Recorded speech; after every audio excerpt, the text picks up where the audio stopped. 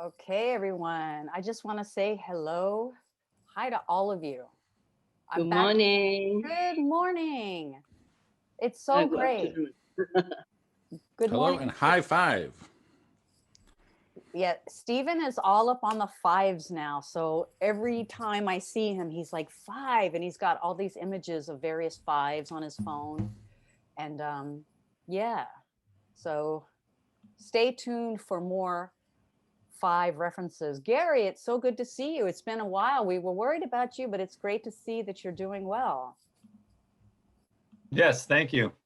Good to be back. Yeah, my father passed away, so I thought I'd just let you know that, but not a big deal. But that away for a while. Well, I have to say that when my father passed away, it was such a big deal. And I do want to express my apologies for that. Yes, It's, it's a, okay. it's painful.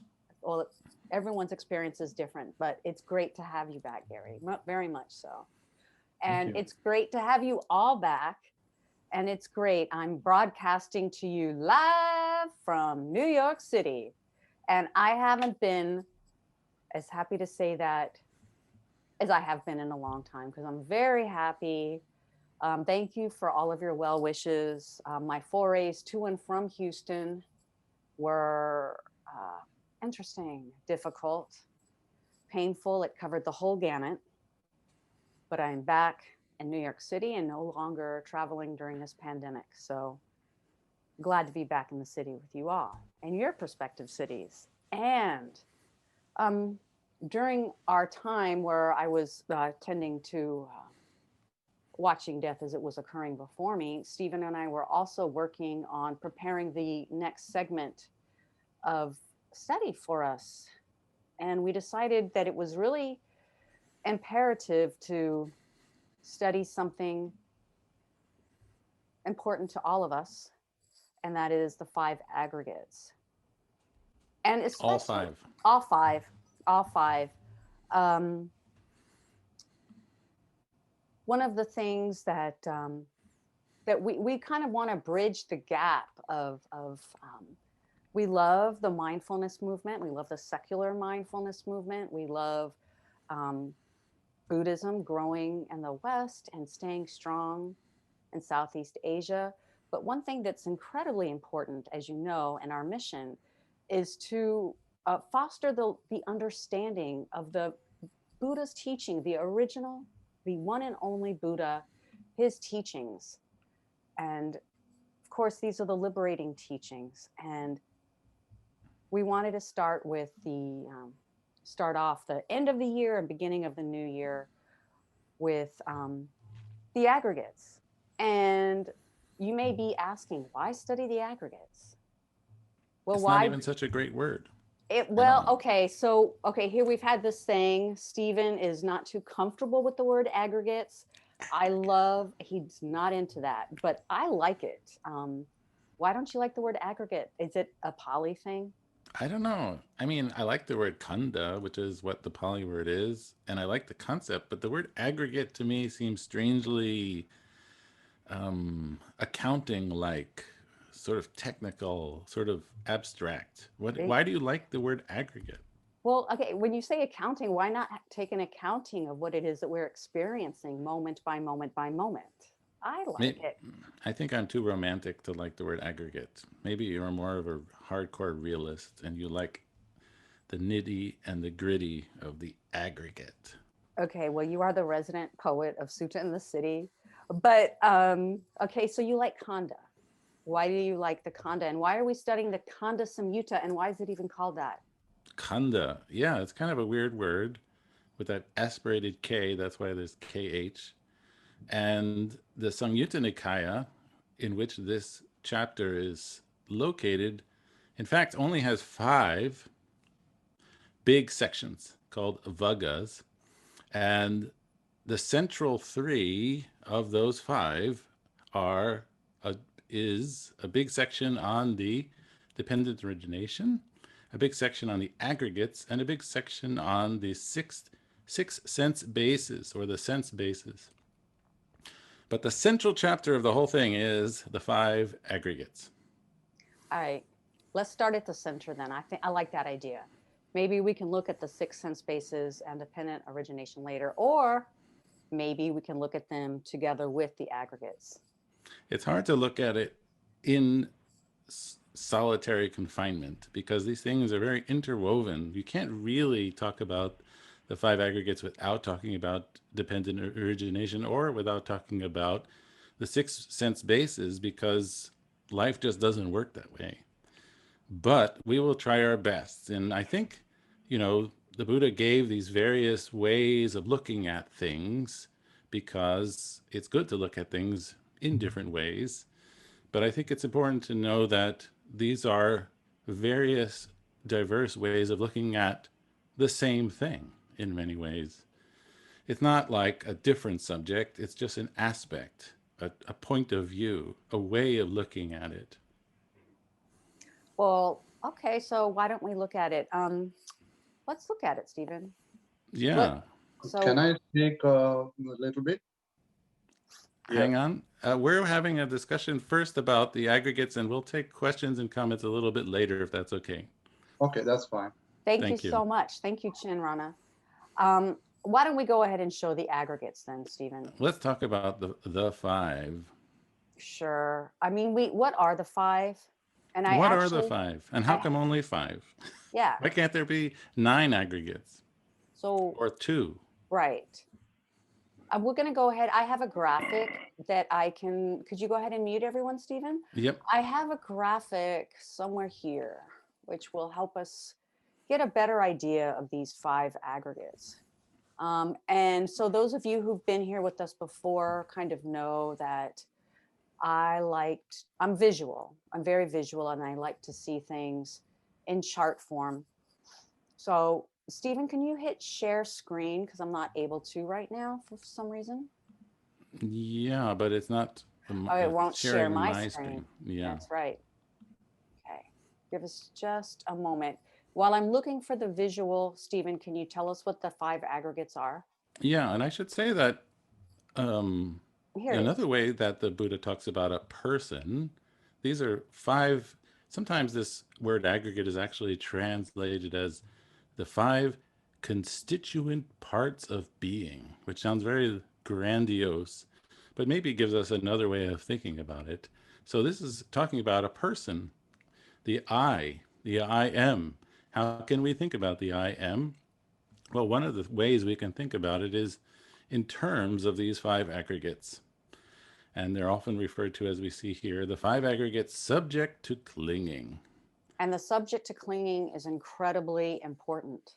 And that's sort of a little bit of dependent origination seeping in already. Mm-hmm. But maybe we'll set that aside for a minute. Mm-hmm. But we have here the five, and we've given the Pali words too. I think part of the challenge of talking in a sort of basic way about the five aggregates, Regina, is that people tend to translate them into English in different ways. Mm-hmm. And that's fine, except that sometimes we read translations and we don't even realize that the translator is talking about something that we thought was a different word, and we think that he's talking or she's talking about a totally different thing. So, for instance, in formations, some people call that choices. And so I might be reading a Pali text or a sutta in English and think, oh, well, there's these things called choices, and I might not even know that it means sankharas or formations. So that's why we've given the Pali words too as sort of like a terra firma, a basis of reference, so we know what we're talking about. Yeah, so let's quickly go over this. And we've made this as simple as possible, but these concepts are in no way simple.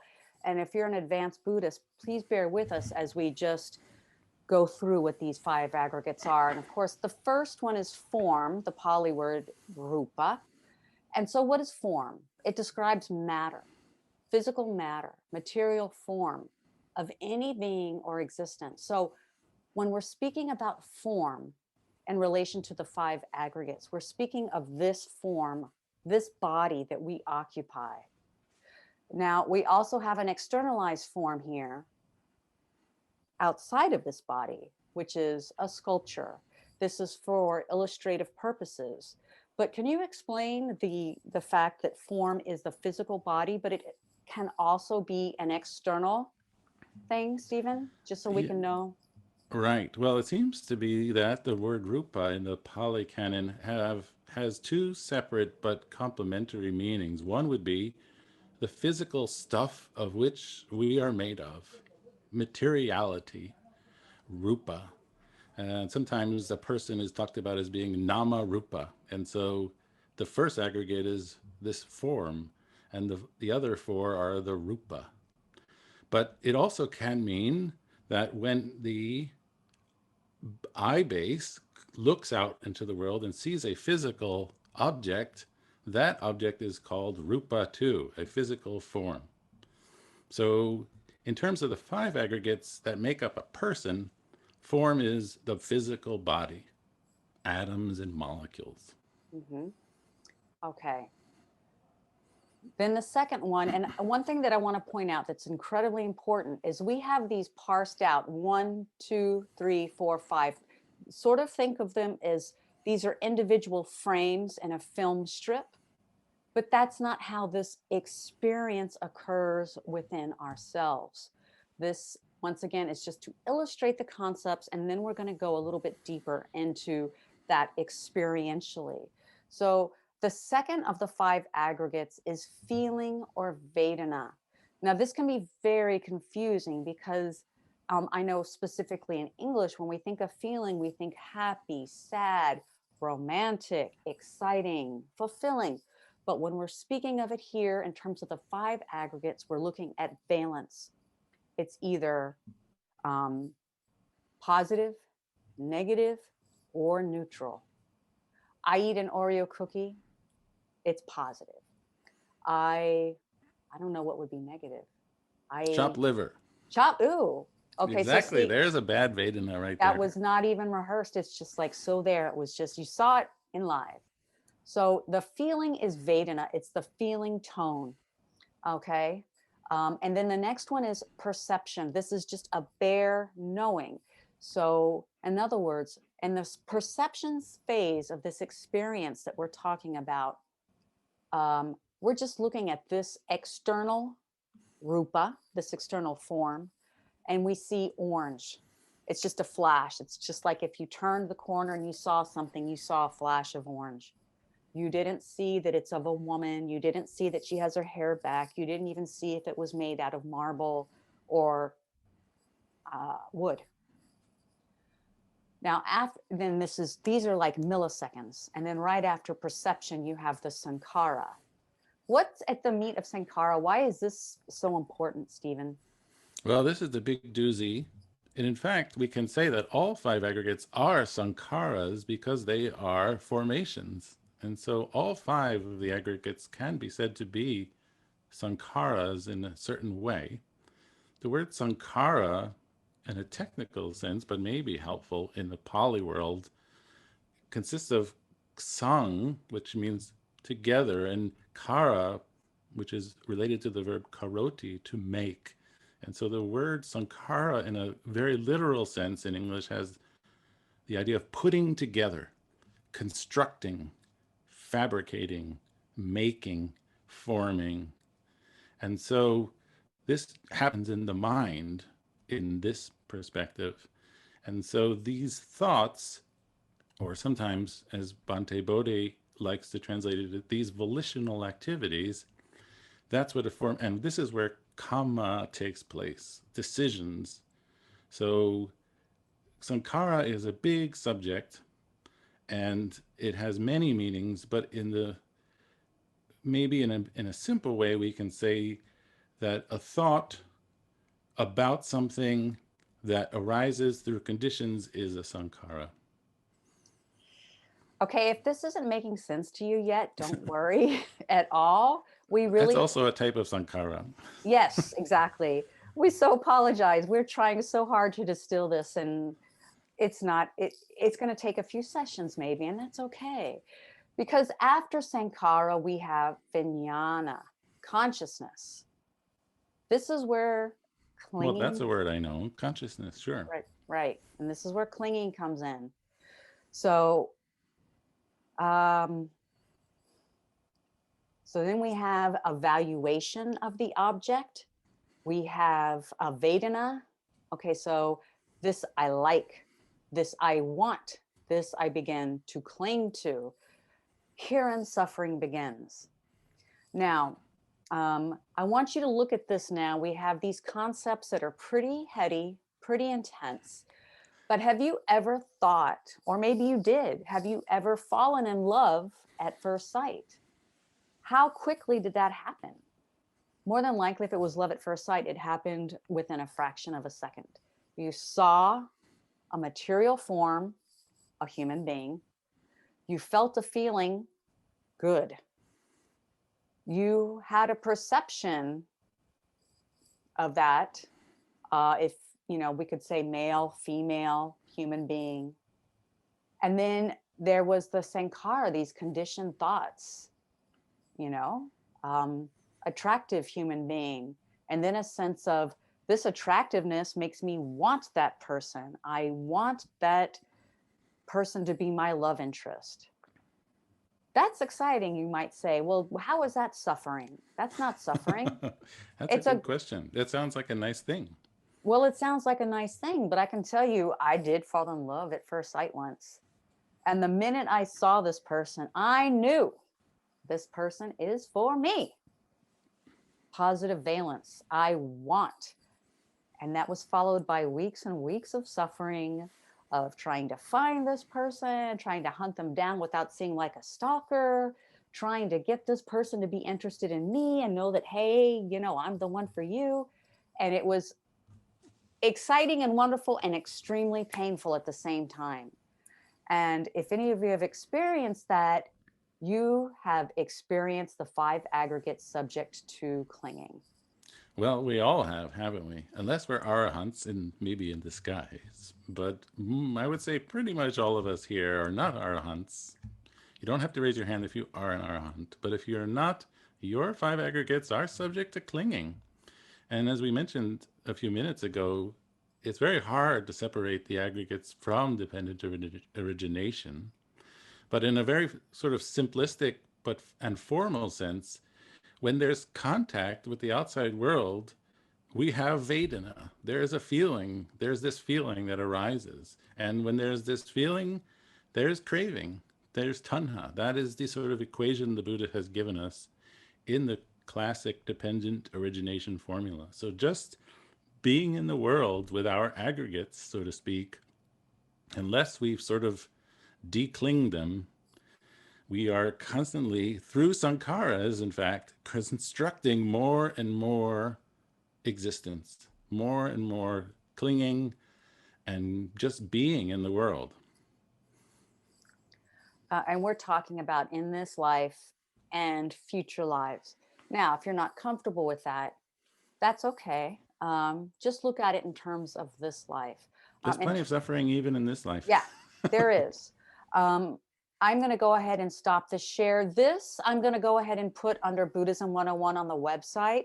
It currently is under the Therigatha page, but I will move it to the Buddhism 101. So that'll be available for download if you want to refer to it. Can I say one more thing, Yeah, Regina, about go for consciousness? That number 5 of 5.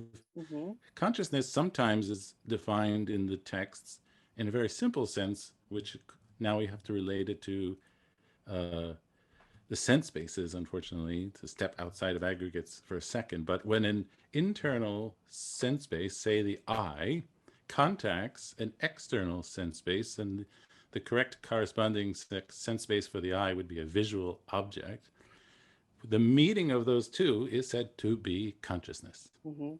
And so that is, in a sense, a definition of consciousness. And we can say, because there are 6 sense bases, there are 6 types of consciousness: eye, ear, nose, etc. On the other hand, it seems as if the word consciousness, as we find it in the list of the 5 aggregates, also seems to have more of an umbrella term for consciousness as we might sort of think about it in a more everyday sense. So it is a little bit confusing. Yeah, I mean, you just totally confused me. I mean, you just really did. Okay, I'm gonna fess up. Well, sorry about that kind of consciousness. That's okay. Mind consciousness. It's my suffering to deal with.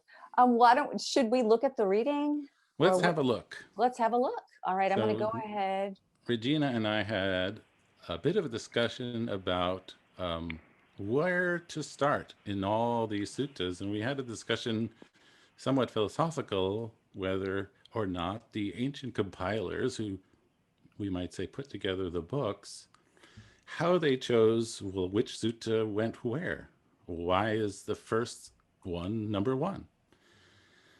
But we decided that maybe we didn't have to necessarily take the suttas in the order that's presented in the book. And Regina, in her great wisdom, of course, decided, and I am in agreement, that 47 is a good place to start. So we are not starting at number one, but we may look at number one later. But we figure that ways of regarding things, considering that in many ways, the whole idea of looking at the five aggregates is to understand both who we are and our relation to everything else we perceive in the world, has a lot to do with ways of regarding things and where can we go wrong. And of course, the way we regard things determines so much about our experience in this life. There's no way to overemphasize this. And those of you who are maybe fans of psychology or what have you, this is the big kahuna here, this whole section that we're going to be going over. It's big. It's big. We have to ask for some reading volunteers now, I think. Yeah, we do. I'll volunteer. Okay, so Sue-Ann can do the first two, and then we have two big paragraphs, so we need two more readers, Stephanie and Diane. Okay, so we're good for now, but Brahman, we do see your hand, and we're going to recognize it after this is, we'll work it out. So Sue-Ann, the first two paragraphs. Okay. At Savatthi, bhikkhus, those ascetics and Brahmins who regard anything as self in various ways, all regard as self the five aggregates subject to clinging, or a certain one among them. What five? Here, bhikkhus, the uninstructed worldling, who is not a seer of noble ones and is unskilled and undisciplined in their dhamma, who is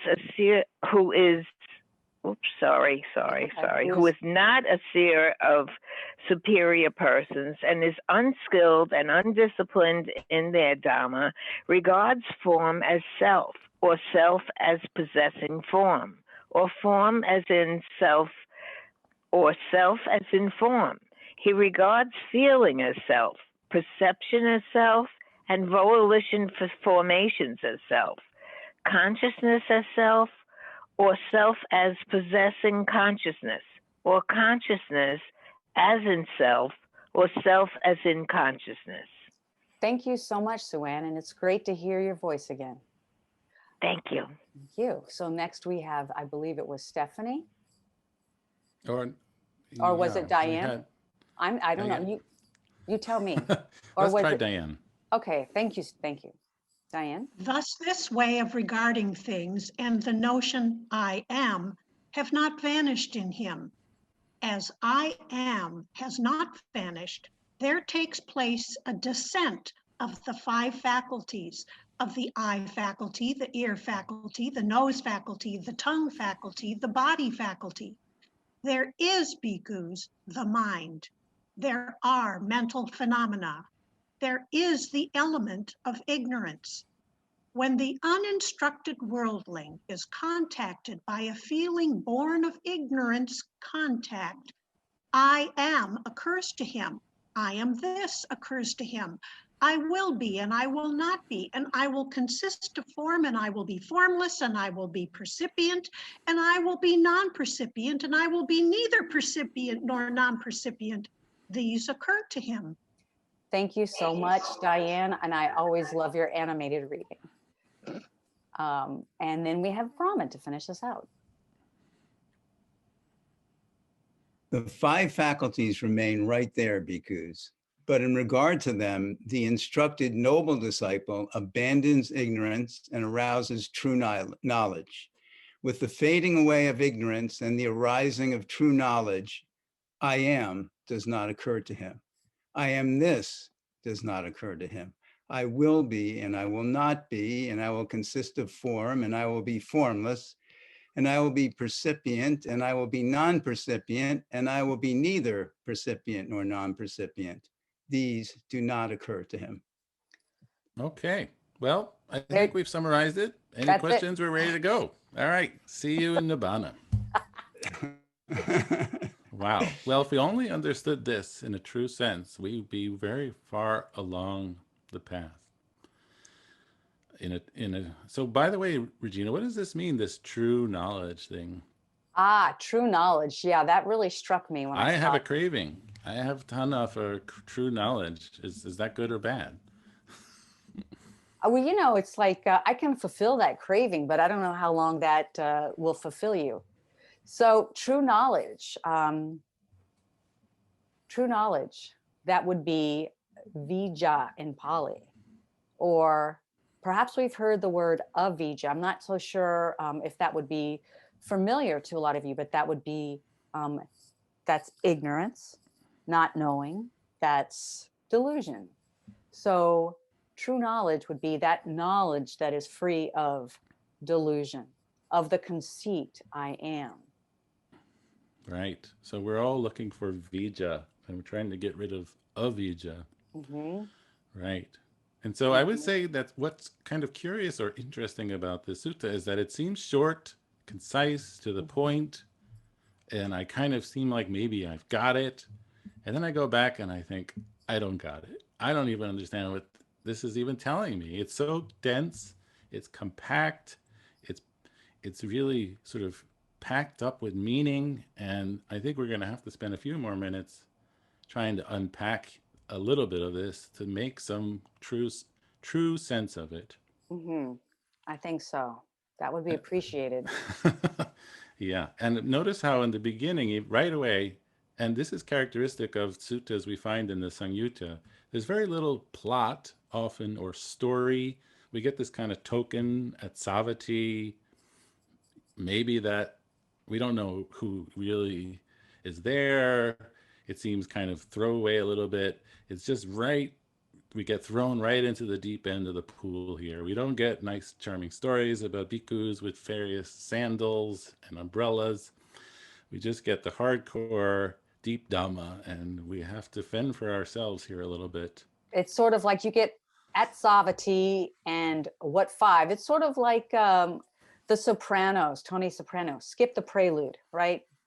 Cut to the chase. So here we are. Cut to the chase. Let's cut and to notice the how chase. unpolitically correct this text is.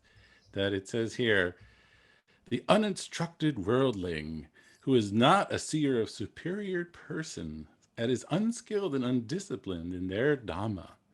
And so we have immediately set up this sort of separation between the clueless and the clued in.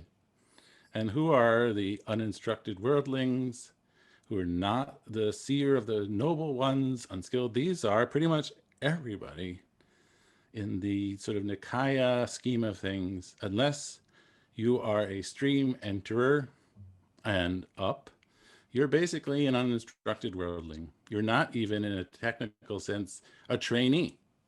You're just kind of like hoping for the best, which doesn't mean, of course, that you're not sincerely practicing and studying Dhamma.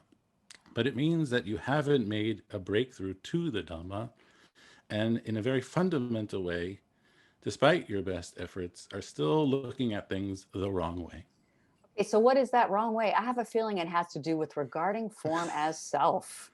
Right. And our aggregates are subject to clinging, and we look at things the wrong way. This is a type of wrong view. And wrong view is a big thing in Buddhism.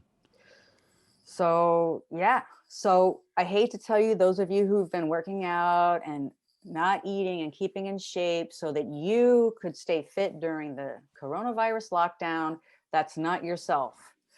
And those of us who've not been exercising and have been eating everything we've wanted are cool with it because this form is not me.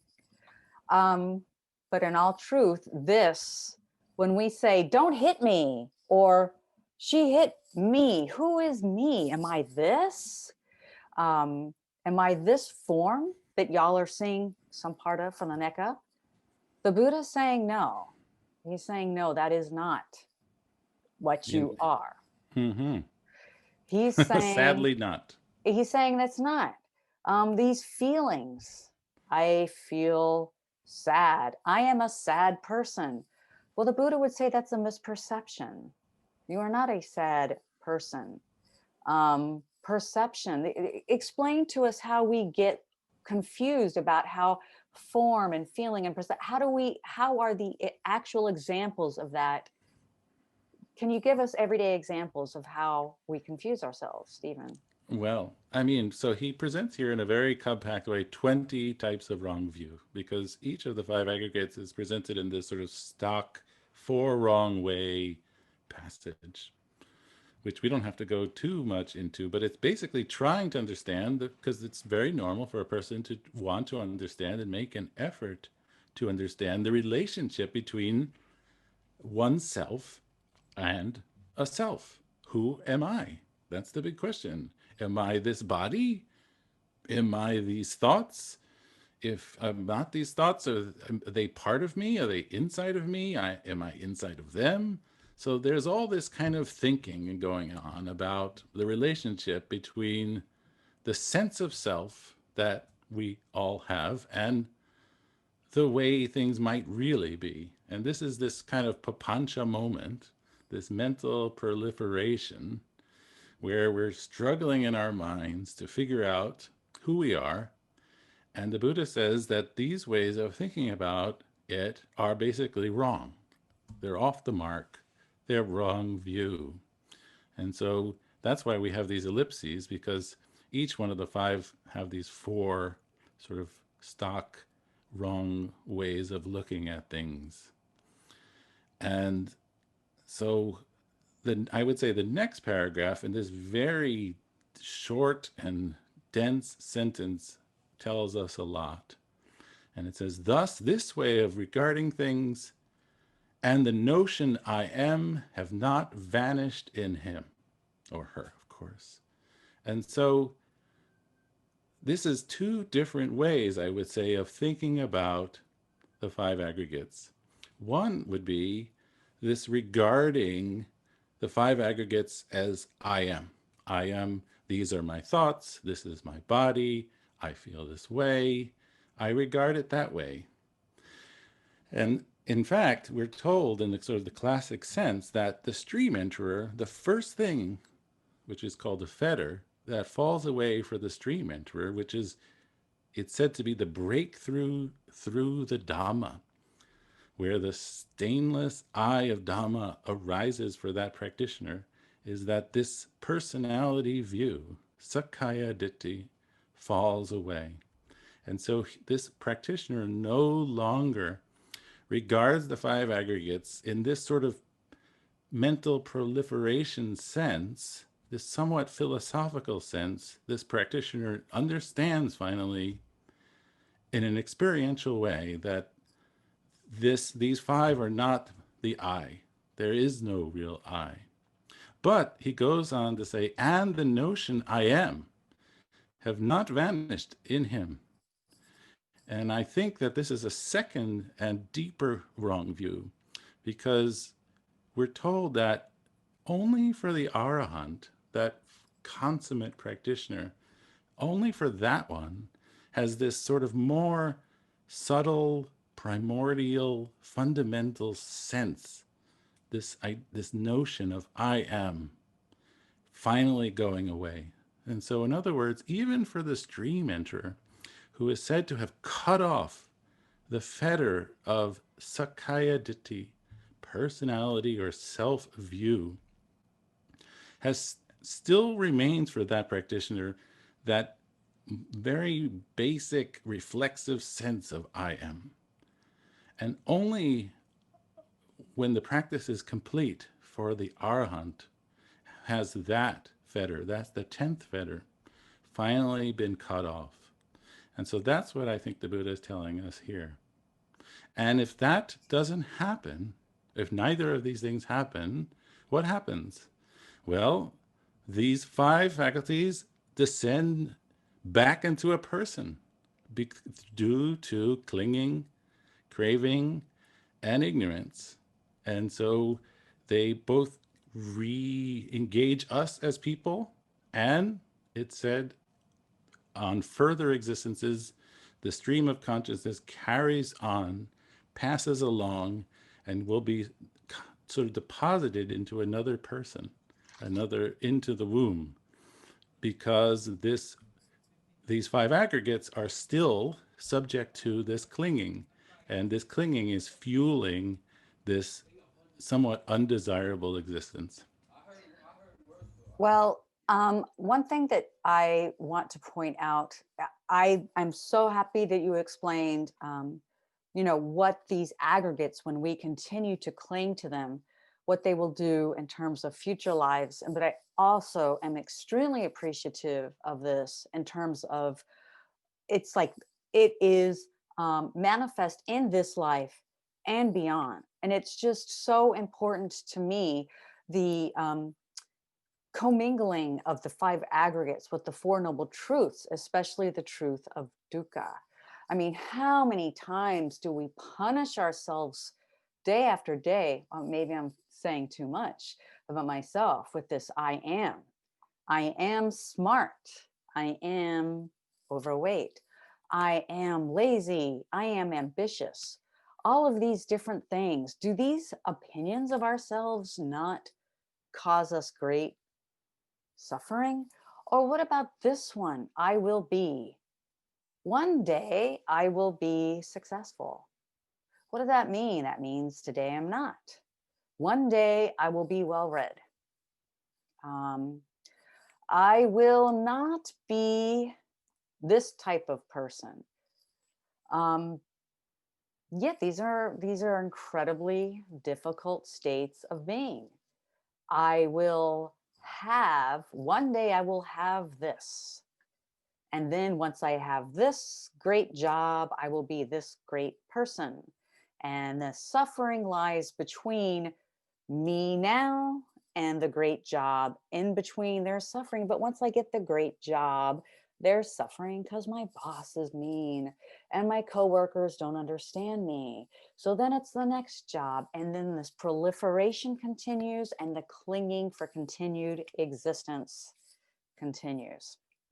So Regina, tell us about these 2 different ways of clinging to the 5 aggregates. Oh yeah, that's a good one. Thanks so much. Let me see if I can remember. So one of the ways that we cling, I know that one of them is appropriation. I want to have, I want to get, I want to make that mine. I want to get that degree. I want to get that spouse. I want to get that apartment. I mean, I'm a New Yorker, so I always want that apartment, right? So that's appropriation. And then the other way, identification. I'm smart. I'm whatever it is that I think I am and then I identify with. I identify with the cool people in New York City. I'm just like them. Oh, I'm not like them. Identification and appropriation. How many Hey, that's times? my idea. Yeah, I know. No, sorry, that's just another example of clinging. It's my idea. It's mine. I thought of it. Yeah. Wow. We even, it's crazy because I don't even feel like we've finished this sutta, and it's just really 4 short paragraphs, you guys. And we still have so much to discuss on this sutta. But it's so funny, we're running out of time, and I'm wondering, I know we had so much on the list to discuss, Stephen, but I'm wondering, do any of y'all have questions regarding anything that we've said so far, or regarding this concept that we've maybe not made so clear that we can help clarify? Let us know. Raise your hand, click on the hand, the blue hand. Go to the participants and click on raise your hand. We'll be happy to answer any questions because this is not easy. Apparently everyone here is an arahant because there's not much hand happening. I know, I'm like so amazed. Oh, goody, Duncan. Duncan, and then you have to unmute yourself, Duncan. Go. Hi. In that second paragraph that you read, there was a word that I wanted to ask you about. Towards the end, there is the word, I will be percipient, I will be percipient, I will be neither percipient nor non-percipient. What does percipient mean there? That the way I read it is one who perceives. Stephen?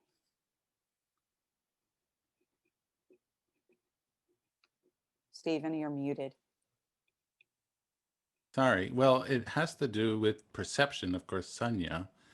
But I think it means I will be able to look out onto the world, or I will be able to cut off the world from my understanding. I will be able to engage in the world, or I will be able to unengage into the world of the world. That's how I take it. I think I've just looked up quickly the Pali word, and I think it's related to the word sanya. So perception. So if one were to cut themselves off, be a non-percipient, what does that look like in real life terms, Stephen? Well, I think the conceit would be that one could sort of, go somewhere and not know anything about the world and sort of shut off one's mind and not have distracting thoughts kind of thing. One could just cut it off like a switch. Wait, you mean I can't do that? I'm afraid not. It's like been my dream for the last few years here. Okay, so that's not going to happen. All right, I have to deal with that. Okay, so we can't really separate ourselves from the world. Got it. Okay, we have a question from Chin Rana.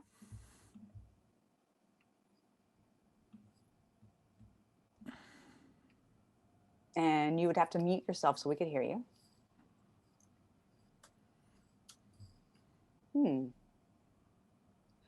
Okay. Hi. First of all, this is the first time I'm joining here. Give me a minute to introduce myself. I'm a Sri Lankan. I'm born in Buddhist, and I practice the meditation from my 16 years old. Now I'm 56. I have a good knowledge of real Buddhism, which is I'm doing my own on my language, explaining some suttas, but my English is not that good to explain some words. But in here, I have to add here very important factor, pancha upadana skandha. Very important upadana. Upadana means that already attached. The meaning is already attached. Pancha means 5. Skandha means the sum of this. It means there is 11 factors. Some of the suttas very clearly says 11 factors, like I can say the Pali words, some Pali words. Well, let me just say that we've been talking about in the English translation, what we've been giving is Panchupadana Khanda. We translate that in English as the 5 aggregates subject to clinging. And what we've been talking about here is how even for the Arahant, 5 aggregates are still active. It's not like the Arahant no longer has these 5, but what has been changed is that the upadana, the clinging, has been removed. And so the project for our practice, I would say, in my opinion, is not so much to get rid of our aggregates, but rather not to identify them with the I, not to identify them as myself. In other words, to get rid of upadana. And so that's, I think, how in English, this is this classic, and it seems rather puzzling, I would say, this an unwieldy term, the 5 aggregates subject to clinging. And I think that's what you are saying, that we have to not cling to them. It's not that we want to remove them, because a person can exist I have without a five aggregates. different things I want to tell. Well, If we the have to, we only have one more minute. And so if we may, we can have one more person give us their okay, comment, can you if that's okay. do for me? Yeah, that's fine. Do me a favor. Can you send what is the book that we are referring in English readings? Then it is help for the for Yes, me. we've been using the Bhikkhu Bodhi translation, and you can find our readings on our website. Okay, good. Thank you very You're much. welcome. Okay, so we have Catherine, and we probably have like 15 seconds left. We love to get you in there, Catherine. Good morning. Will we be covering the 4 great elements of the Rupa later part of the Sutta or what? I think your question is, will we be talking about the 4 great elements? We might. I mean, you're absolutely right in saying what rupa is, and a kind of classic definition are the 4 great elements. And that is, in fact, a type of very important meditation, to see these 4 elements as part of the form in ourselves. But we'll have to take a look and see how our readings progress. But thank you for the question. Yes, thank you so much. So if you probably have found on our website that packet, it's called the introduction. So we want to just get the basic concepts down, because it's very kind of difficult for some people. And then after we do the introduction, we're going to have another packet for you to have, and it will deal with the rest of what we'll be studying. But we just want you to have this base knowledge now. It's very, very important. And we have run out of time, and I know some of you have to get off to work, so I don't want to hold you for too long. I do want to encourage you all to go to our website. We have all the readings on the website. Even refer back to other things, because like I said, this chart I had was from the Therigatha that we studied. And I know there's some other information in the Kosala Samyutta. Unfortunately, I've been slow to update. I'm trying to improve that regarding our website.